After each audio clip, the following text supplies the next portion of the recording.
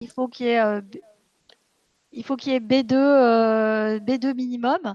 Alors, toutefois, bon, ça ne veut pas dire qu'on recrute que des bilingues, hein, attention, hein, voilà, il y a aussi, alors là, on est dans le cadre du réseau Abibac, mais il y a aussi des jeunes qui sont dans la formation, qui n'ont pas fait Abibac et qui ont un niveau d'allemand tout juste B2, mais il y a un cours de renforcement en allemand qui est prévu pour ces étudiants-là. Donc, si vous avez besoin d'être un peu boosté en allemand, c'est possible.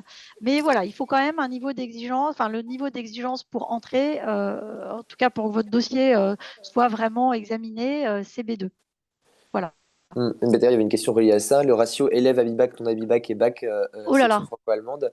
Alors, je sais que même si on ne recrute pas que en fonction de Abibac et OIB, il y a de plus en plus d'Allemands et de gens qui ont fait Abibac et de bac lié à l'Allemagne en fait, au fur et à mesure du nombre d'années. Cette année, c'est en fait plus de la moitié en fait. Plus de la moitié des élèves ont fait soit l'Abibac, soit OIB. Alors, il On y a les a, lycées franco-allemands, ouais, les ça Abibac, aussi, les OIB, comme vous le disiez, les lycées français en Allemagne en aussi. Allemagne ou en Par Suisse. exemple, il y a un lycée français à Francfort. Voilà, donc ça, c'est vrai que déjà, c'est quand même, bon, évidemment, c'est la cible, la cible dédiée, je dirais. Mais il y a aussi des jeunes qui ont fait, même, il y en a parfois qui ont fait LV2, L2, ouais. LV2 allemand. Voilà, donc on essaye quand même d'avoir un peu de diversité. Mais évidemment, voilà, le réseau Abibac notamment, ou les lycées franco-allemands, bah, c'est les sections internationales allemands, tout ça, c'est évidemment très favorable pour continuer hein, dans cette voie franco-allemande. Voilà. Euh, Adriel, peut-être dire quelques mots, parce que vous êtes trésorier de l'association DOFA. en effet, je suis trésorier de l'association DOFA. Alors, DOFA, c'est une association qui est hyper jeune. Ça fait pas longtemps qu'elle existe. Et cette année, avec la présidente, la vice-présidente et les deux secrétaires généraux, on a fait un grand remaniement de l'association pour lui donner plus de dynamisme. Et en fait, le but de l'association concrètement, c'est de promouvoir la culture allemande en France et française en Allemagne, ainsi que tous les échanges et toutes les, comment dire, toutes les choses interculturelles en fait franco-allemandes. Par exemple, on va tenir une conférence avec Philippe Odo, c'est ça? Je crois que c'est Oui, son vrai nom de famille. le Le propriétaire, PDG le gérant de la banque d'Odo Odo dont BHF. je parlais, donc il vient faire une Voilà. conférence le 1er février. On va Voilà. organiser notamment aussi un exposé Une pour une exposition, oui, voilà, une exposition de la fédération, de la FAFA. Mhm. Donc en fait, on va organiser plein d'activités, on organise plein d'activités franco-allemandes et on essaye de partager ça à l'université, au monde aussi franco-allemand, même en général. Et derrière, c'est aussi, l'association, c'est aussi bien sûr pour vous, pour les élèves. Donc ça permet, par exemple, à travers des ventes de gâteaux ou des styles, des choses de ce style, d'avoir des petits goodies comme l'année dernière, on a eu une polaire de promo en fait, ou même pour les différents week-ends d'intégration et voyages d'études, de permettre de un, d'alléger les coûts parce que ça c'est toujours bien, et de deux aussi de permettre de mieux organiser le voyage et d'avoir de faire de grands projets en fait, de Mhm. grands projets d'intégration. Ok, merci beaucoup. Alors, je vois qu'il y a une question. Comment s'organise le cursus pour les étudiants allemands? Alors, c'est vrai que là, ce que je vous ai présenté, puisque c'est un peu ma partie, c'est le programme qui débute à Paris. Mais il y a aussi la possibilité de débuter le programme à Francfort. Donc, là, je vous conseille, si ça vous intéresse, de plutôt aller voir sur le site de l'université. Voilà, on pourra peut-être en redire un petit mot, notamment au samedi des lycéens, là, qui arrive à la journée porte ouverte. Mais il est aussi possible voilà, de commencer côté allemand. Mais attention, ce n'est pas la même organisation que nous. C'est-à-dire qu'au début, les étudiants allemands, ils commencent leur scolarité classique en Allemagne. La première année, elle est commune à tous les étudiants. à Francfort, tous les étudiants en économie-gestion. Et à la fin de la première année, ils sont sélectionnés pour venir à Paris en double diplôme. Donc, c'est un peu un mode de fonctionnement différent. Nous, on recrute, vous voyez, nous, on est un programme intégré, on recrute dès la L1. Eux, ils attendent que les étudiants aient passé la première année, la phase d'orientation, avant de sélectionner les étudiants pour le double diplôme. Mais on a des étudiants allemands qui viennent à Paris. On en a une dizaine à peu près. Donc, vous voyez, on en a entre 25 et 30 Français et puis une dizaine d'Allemands. Donc, ça fait quand même une belle promo franco-allemande. Voilà. Et à travers l'association DOFA, justement, on essaye d'intégrer les étudiants allemands dans nos conférences, dans nos projets. Voilà. Oui, par rapport à ça, par exemple, dans notre classe, il y en a deux qui parlent moins bien français que allemand au final. Et, mais en soi, c'est pas du tout un problème parce que, Au comme déjà, contraire. on n'a que droit public et droit privé en français. Et les restes des matières sont en allemand ou en anglais. Du coup, en plus, bah, vu qu'ici, c'est une conférence à Vivac, même si votre niveau de français est moins bon, ça posera quand même pas de problème. Du coup, après, oui, c'est vrai que l'avantage de commencer à la Dauphine, à mon avis, c'est t'es en quelque sorte assuré de partir à Francfort, alors que quand on commence à Francfort, c'est sur sélection et du coup, c'est par rapport aux Mm. notes de la première année. Et bah, du coup, c'est un peu moins sûr. Voilà. Après, bref, voilà, les deux sont possibles. Et aussi, j'ai reçu un message privé disant une élève disant qu'il avait fait l'aspect maths avec maths expert et l'aspect physique-chimie. Ah Et oui, en on n'a pas parlé de ça. C'est une bonne oui, parce que les question. spécialités, quand même, c'est très important à dire que, à part les maths, et encore les maths, on peut avoir fait maths en première et seulement maths complémentaires en terminale. En soi, toutes les spécialités sont acceptées. Et en plus, bah, moi, par exemple, j'avais fait LLCER. Du coup, c'est langue, littérature étrangère, régionale, bref, en anglais. Mais dans la classe, personne n'avait la même combinaison de spécialités. Il y en a peut-être un peu plus qui ont fait SES et maths, mais encore, je pense que c'est pas du tout un critère. C'est seulement les maths qui sont importantes parce que la SES qu'on fait à la fac n'a rien à voir. Bah, pas rien à voir, mais c'est pas C'est les. de l'économie universitaire, Oui, on va dire. Voilà. voilà, c'est pas la même chose. Du coup, bah, par rapport au SP, il n'y a pas de question, je pense, à se poser, à part avoir pris maths en première avec maths complémentaire en terminale ou maths en terminale, l'avoir gardé. Voilà, Oui. voilà. Après, si je peux juste ajouter quelque chose, Mm. d'expérience aujourd'hui, ceux qui ont fait maths complémentaires, en tout cas dans la classe, c'est ceux qui galèrent le plus au niveau mathématique, parce que certes, Dauphine, c'est une université d'économie, mais c'est quand même très, très calculatoire. Il y a beaucoup de matières qui sont très calculatoires. Et peut-être pendant l'été, genre si jamais vous choisissez de rejoindre la Dauphine et que vous avez fait maths complémentaires, pas forcément de prendre des cours d'été ou quoi que ce soit, mais disons de bien travailler certaines notions qui auraient pu être survolées en maths complémentaires, comme vous avez moins d'heures que les maths normales. Notamment sur, par exemple, la dérivation Ouais. ou l'intégration et ce genre de choses. Ça, c'est très Voilà. important. Oui, alors c'est ça. Dans le programme de mathématiques du lycée qui sert beaucoup, enfin, voilà, on fait plus de géométrie dans l'espace, on fait plus de trigonométrie, on fait plus tout ça, bien entendu, mais on fait des mathématiques appliquées à l'économie, appliquées à la gestion, appliquées aux sciences sociales. Donc, on va beaucoup utiliser tout ce qui est les fonctions, fonctions puissance, fonctions ln, fonctions, voilà, les dérivés, beaucoup les dérivés en économie hein, pour calculer des différentiels. Voilà, donc voilà, c'est pas une exigence hein, d'avoir fait spécialité maths en terminale, puisque nous, ce qu'on exige, c'est que les maths n'aient pas été arrêtées. Donc, si vous avez fait spécialité maths en première, que vous avez arrêté, que vous faites maths complémentaires, c'est tout à fait possible d'intégrer le programme et votre dossier sera examiné. Par contre, si vous n'avez pas fait du tout de maths en terminale, là, par contre, c'est un problème. Il est vrai, par contre, Adriel a raison, qu'effectivement, on est peut-être moins à l'aise dans les matières quantitatives quand on a pris maths complémentaires, c'est sûr.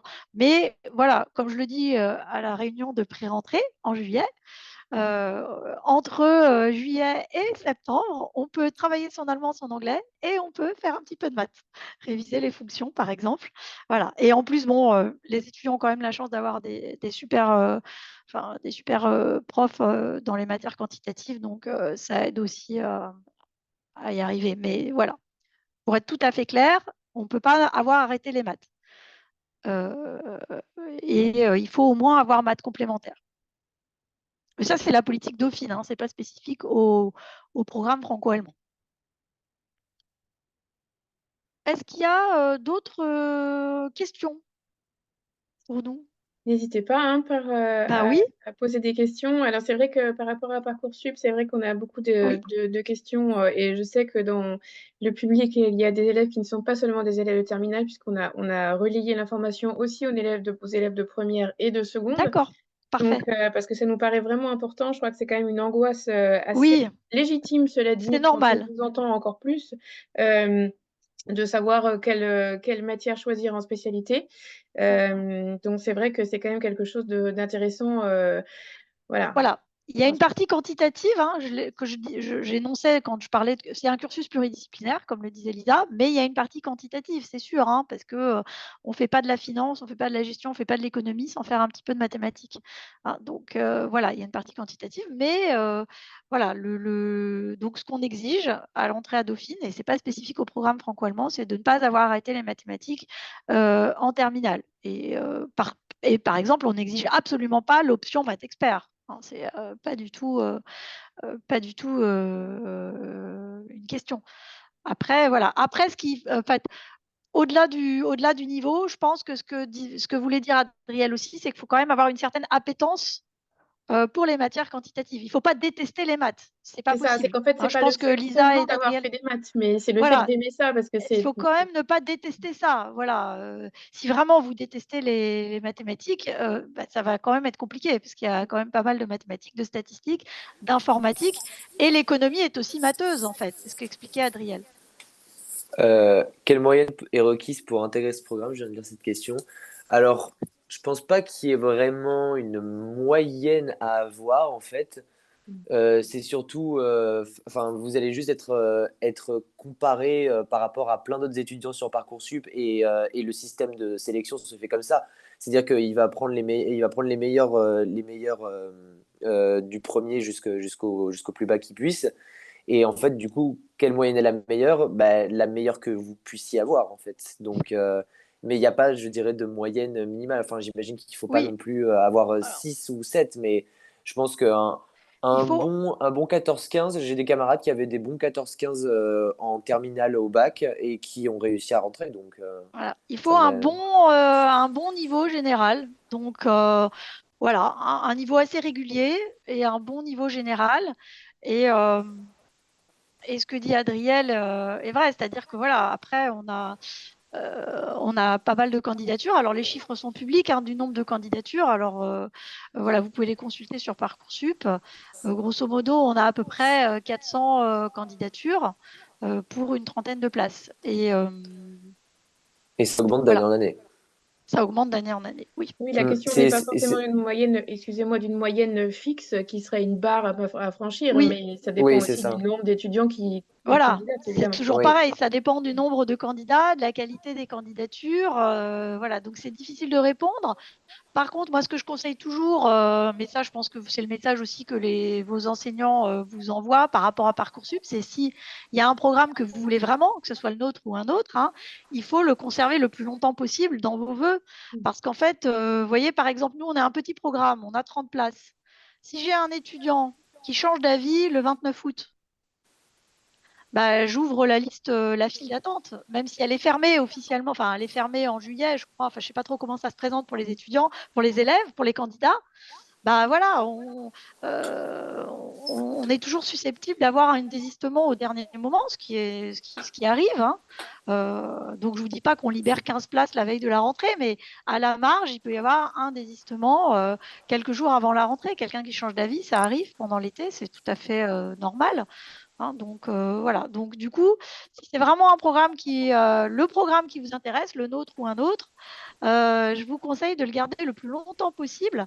Enfin, de ne pas comment dire, de rester en oui mais. Enfin, je sais pas exactement comment ça se présente pour les étudiants, pour les candidats, mais Et renoncer en fait à voilà, de ne pas renoncer à vos vœux jusqu'à la rentrée, en fait. Ça m'est déjà arrivé d'appeler un étudiant qui est dans votre classe, Adriel. Je l'ai appelé la veille de la rentrée. Donc, on rentrait, je ne sais plus, le 4 septembre. La veille, je lui ai téléphoné. Il habitait Düsseldorf. Il a pris un bus de nuit. Et il était là le matin de la rentrée à 8h30. Il avait passé la nuit dans le bus, mais parce qu'il était super motivé et qu'il était encore sur la file d'attente. Voilà. Donc voilà, donc Et il pour faut un bon demander niveau général. Ce qu'il faut retenir, c'est qu'il faut un bon niveau général. C'est normal, hein, parce que c'est un programme exigeant, donc on ne peut pas non plus mettre en difficulté nos étudiants. Donc il faut arriver avec quand même un bon bagage. Mais voilà, il n'y a pas de et pour moyenne demander fixe. la durée du stage en L3?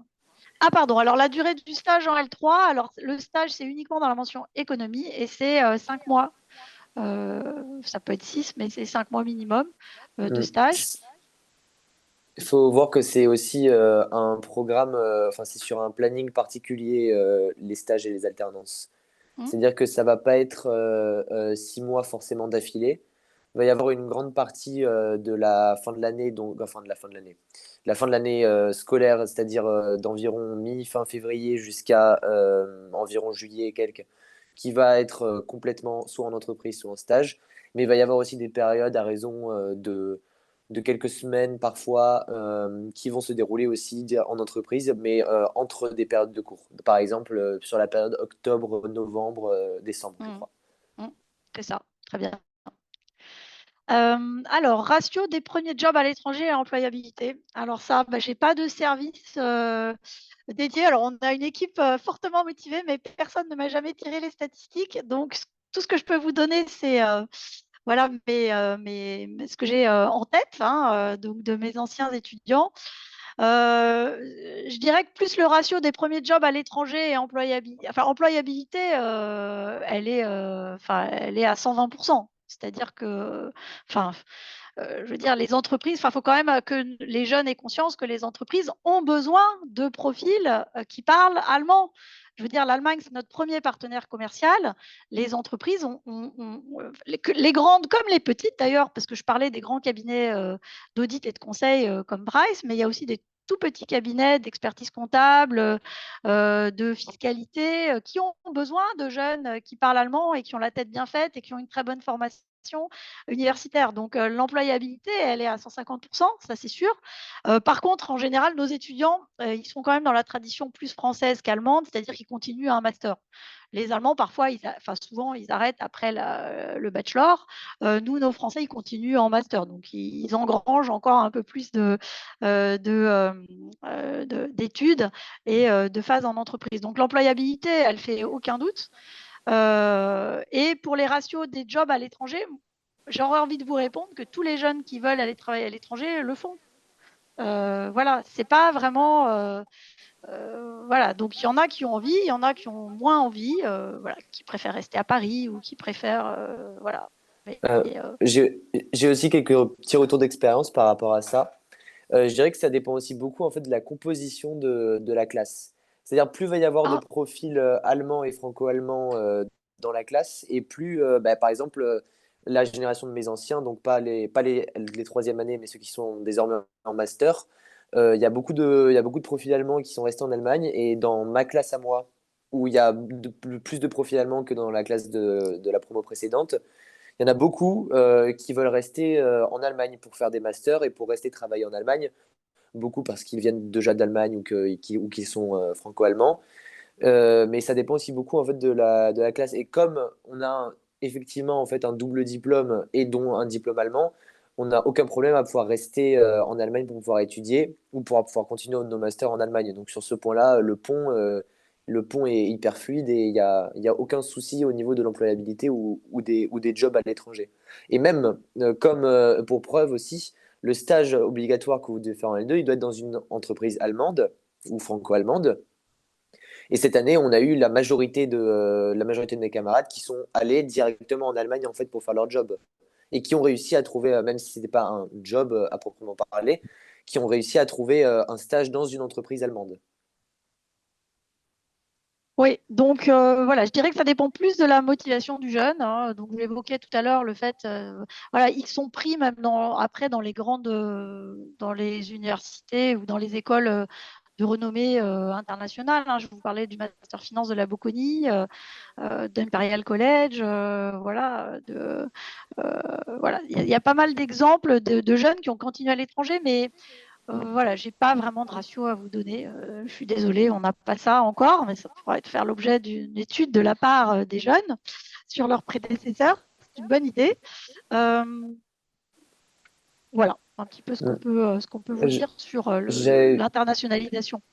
J'avais peut-être un petit commentaire aussi, parce qu'on a beaucoup parlé d'audit, de finance, de conseil ou de comptabilité, mais c'est tout à fait possible aussi de trouver des stages ou des emplois dans des jobs très différents. Déjà parce que l'économie en fait touche à absolument tout. Du coup, dans n'importe quelle compagnie, que ce soit dans le monde de la culture, cette année en stage, on a eu des personnes qui ont travaillé dans des hôtels de luxe ou alors pour des entreprises culturelles. Donc ça, il n'y a aucun problème avec ça. En fait, on aura toujours besoin de quelqu'un qui sait faire de l'économie ou qui sait faire de la gestion dans n'importe quel type d'entreprise. Par exemple, l'année prochaine, mon alternance, je vais la faire pour un domaine viticole à Bordeaux, ou d'autres vont le faire encore une fois dans le monde de la culture. Donc, c'est pas parce qu'on vous dit que Dauphine, c'est une université de gestion, que vous faites de la science des organisations. Vous allez voir, si jamais vous rejoignez le programme l'année prochaine, que Madame Lanier va vous organiser des conférences pour pas mal d'entreprises, avec beaucoup de banques et de cabines d'audit très, très passionnants. Mais il faut savoir qu'il y a aussi tout ce monde enfin, tous les mondes et tous les univers qui sont accessibles. On a eu aussi par exemple des cabinets RH qui sont venus aussi nous Oui, oui, présenter la c'est fonction vrai. RH, le marketing. Il y a beaucoup de jobs aussi, par exemple, notamment pour les étudiants qui sont en alternance, qui font du business développement. En Allemagne, justement, par exemple, une relativement petite entreprise française qui veut investir le marché allemand, elle ne va pas hésiter à prendre un apprenti ou un stagiaire de la formation pour l'aider sur le marché allemand. Voilà, donc ça fait partie des, des possibilités. Alors, pour les stages d'université, tels les étudiants à trouver, bah oui, c'est ce qu'on disait, c'est-à-dire que il y a tout le temps des conférences, des visites, hein. On fait des visites en entreprise aussi, donc on se déplace tous pour rendre visite aux entreprises. Donc, si vous voulez, je leur donne pas forcément une base de données parce que déjà, c'est pas très correct de conserver des bases de données et de les faire circuler, mais ils savent très bien quelles sont les entreprises avec lesquelles, enfin, leurs prédécesseurs ont eu des stages, des alternances, etc.